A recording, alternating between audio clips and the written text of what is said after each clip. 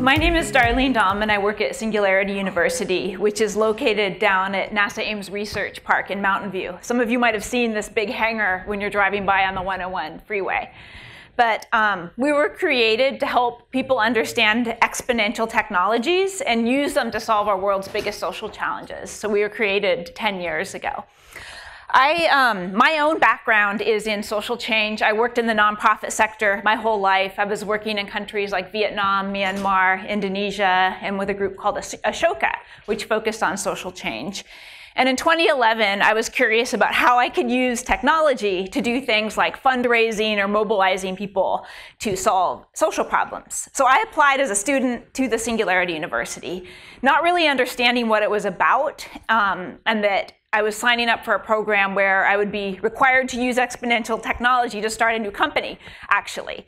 And in the summer of 2011, ended up co-founding a company called the Matternet. And this was the world's first drone company. It was a crazy idea back then. It was illegal when we started it, and now it turned into a whole industry all over the world. So this changed my life. I, realized that technology, it moves very fast. In a few weeks, you can literally take an idea and turn it into an industry. And also that the technologies that we're building today are very, very powerful. So our idea was to use this drone to deliver medicine in countries where people were walking miles to go to a healthcare clinic. But at the time when we were building it, we also knew that it could be used as a weapon. It came from the weapons industry. We took a weapon and turned it into a life-saving device. So I became really interested in this topic about how can people use the most cutting-edge technology to solve problems, but also what new problems technology is creating. Just to step back for a second, at Singularity University, we focus on exponential tech. So this is technology that is digital, and like our cell phone, it follows Moore's law, meaning that initially it's going to be expensive to build, and then the price is going to drop phenomenally while the sophistication goes up. We've all seen this. Our cell phones initially were thousands of dollars, did one thing. Now get them under $100, and they can do 10,000 things. But this doesn't just apply to cell phones. It applies to anything we're digitizing, and we're digitizing the whole world. So computers, software, artificial intelligence.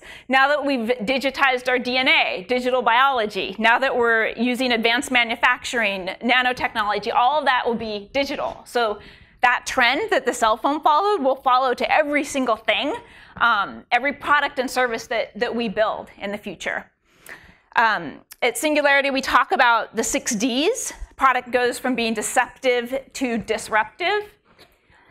When you first digitize a product, you're turning it into software and dematerializing it, right? So I used to carry around all of these devices when I was a child, and now they're literally gone. They vanish. We've turned them into software. But what's even more interesting in that is when you digitize something, it demonetizes. It becomes pennies or close to zero, right? The first time I ever traveled overseas, I went to Vietnam, and I called my parents to say I've arrived, and that phone call was $70. Now, we can have a whole group video conference call for free, right? All of you are building this technology, you know this. But I think what's most interesting is it's now starting to really apply to hardware and different things that we don't really think about as software. And furthermore, that it's scaling to billions of people, anybody who has a device, right? So this is changing how our world works. This is the shorthand for how I think about our world. Our costs are going to zero because you can apply more and more software on top of software. Your performance is infinite, and you can scale it infinitely. Like, that's the world we live in now. In the social sector, this, for the first time, makes me think we can solve problems that have been plaguing our world for the last 200,000 years in the next 10 or 15 years. So if you look at something like the food industry, last fall, we had the world's first company that farmed a field with no people involved. So using all robots, all drones, all software, all sensors, they planted and grew a barley field, harvested it, and their next goal is to put it into an autonomous vehicle and take it to a factory to autonomously turn it into beer, right? But this is exponential technology, so it should scale. Just like our cell phone, this should become the main way that we do farming in the future. I think our generation will be the last generation to see farmers. Same thing is happening with meat. People are now creating bioreactors where you can take the cells from a cow or a fish or chicken, put it in the bioreactor, and grow the meat that you can then eat. So there's hundreds of startups and companies working on this. And it used to be very expensive. It was $350,000 for the first hamburger, but that innovator brought the cost down to $11 in 2018. And there's a startup in Israel that says by 2020 they'll get it down to $2. Right? So this is again, it's a device, right? It'll scale. Imagine the impact that will have on our environment if we don't have a livestock industry, if we don't have fishing. Imagine you can take out some of the fat, add in a few vitamins, personalize it to your health, and you could have it in a refugee camp or have it anywhere that you want on demand, food. One of my favorite startups from Oakland, they're creating a self-driving vegetable store to bring it to areas where there aren't access to vegetables, but also because people still like to choose their vegetables instead of having other people pick those for them. We did a project with the World Food Program with Singularity University where we helped them use blockchain to disperse food coupons in refugee camps. And they lowered their costs, their banking fees, by $40,000 a month. They can predict better how much food they will need, and also, corruption. They found a way to bring transparency into this. Education. This is a team that we worked with. These are actually teachers in Myanmar that are using a technology developed by one of our innovators from Myanmar. But these teachers are teleporting into the Synapse School, which is down in Menlo Park, for teacher training. So they're able to see student-centered teaching through virtual reality because they themselves grew up in a rote-based learning system. And although want to switch to a different system, haven't experienced it themselves. The person who designed this teacher training also has created an augmented reality app. So the government has these 30-year-old textbooks that the students are required to use, and she created a way you can scan the book, the old textbook, with your phone, and a whole augmented reality lesson plan jumps out at the students. And you can use chemistry experiments, pour beakers, all on your cell phones. And these are in villages where 70% don't actually have electricity in the classroom, but people have cell phones and can charge their phones, right? Housing, 3D printed housing. So this was a house that was built for $10,000. It was demoed at South by Southwest, built by a 3D printer. So you can build this in 24 hours. The group says that they can get the cost down to $4,000. So that actually shaves $8 trillion off the cost of housing for the world's poorest 1.6 billion people, right? So now this is the first time that poor people can actually afford a house, which also opens up a $2 trillion construction industry.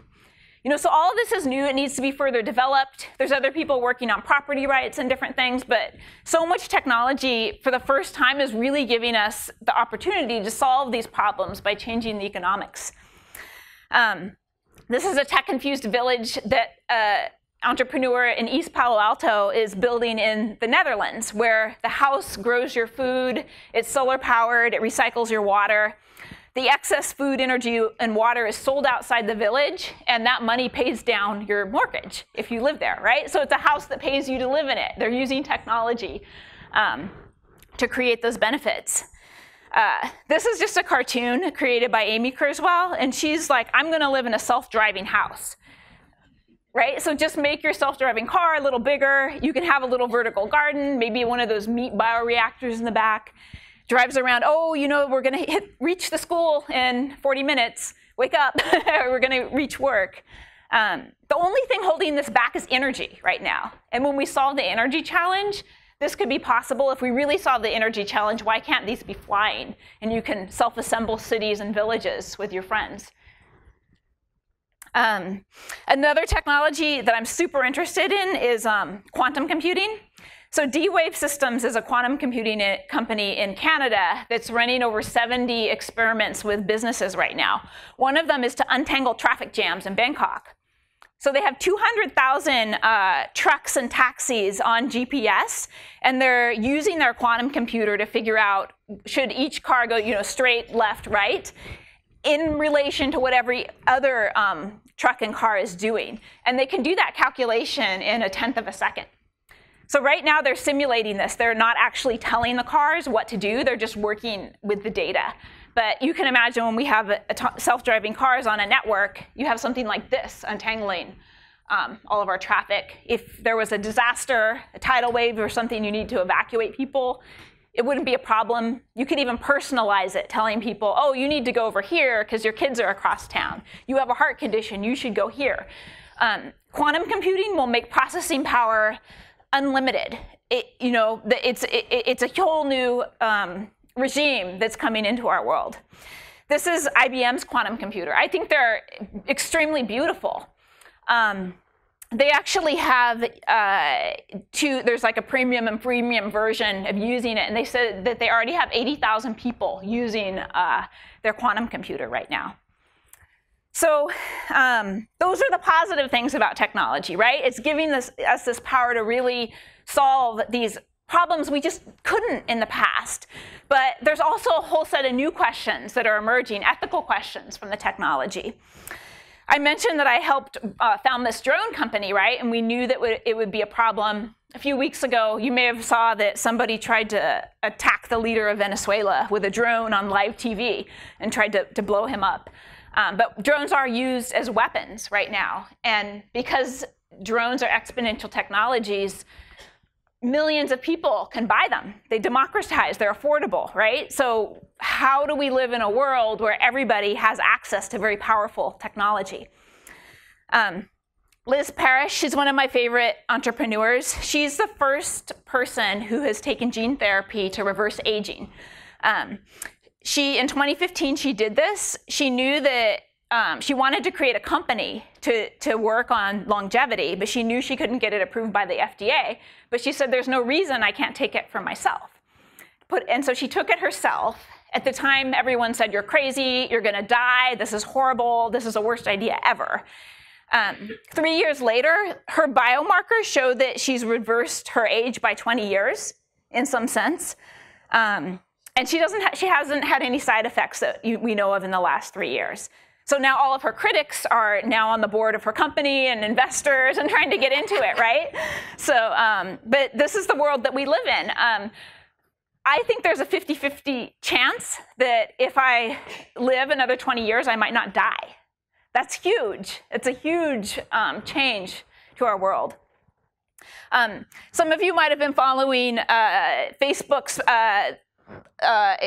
launch last year where they demonstrated that this woman who was paralyzed, through brain sensors, they could help her type, right? There's a whole lot of work happening right now in brain-to-brain interfaces, brain-to-computer interfaces, a lot of it helping paralyzed people, right? So you can imagine your brain waves can be read and be connected to an exoskeleton that could then move your body, right? So we're solving these horrible problems, but we're also now getting to a point where we can read people's brains. So our conversation today is about worrying about privacy of, will people know which internet sites I go to, right? And what if people can actually read your brain? Like, we're going to be entering into that world soon, too. So what to do? These are just a few examples. There's hundreds of things that are happening right now.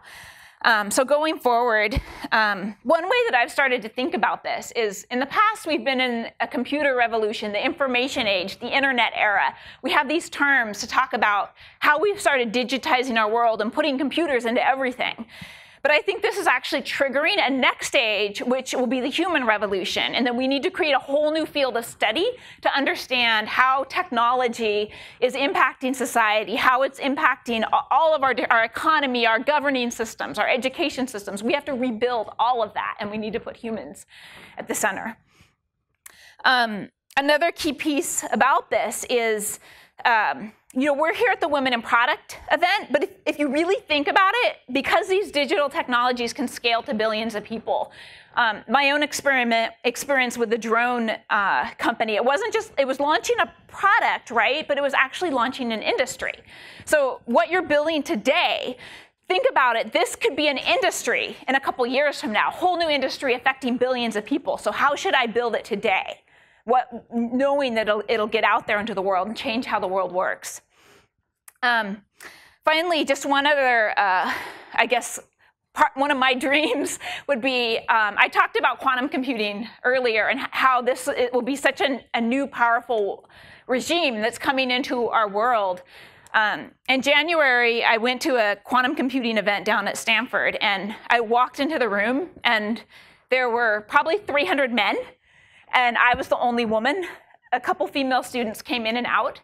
But I was like, okay, so we finally have, we're teaching women to code. We have women in AI, women into robotics, but we have this other thing that I think will be more powerful than all of those. And the women are not there.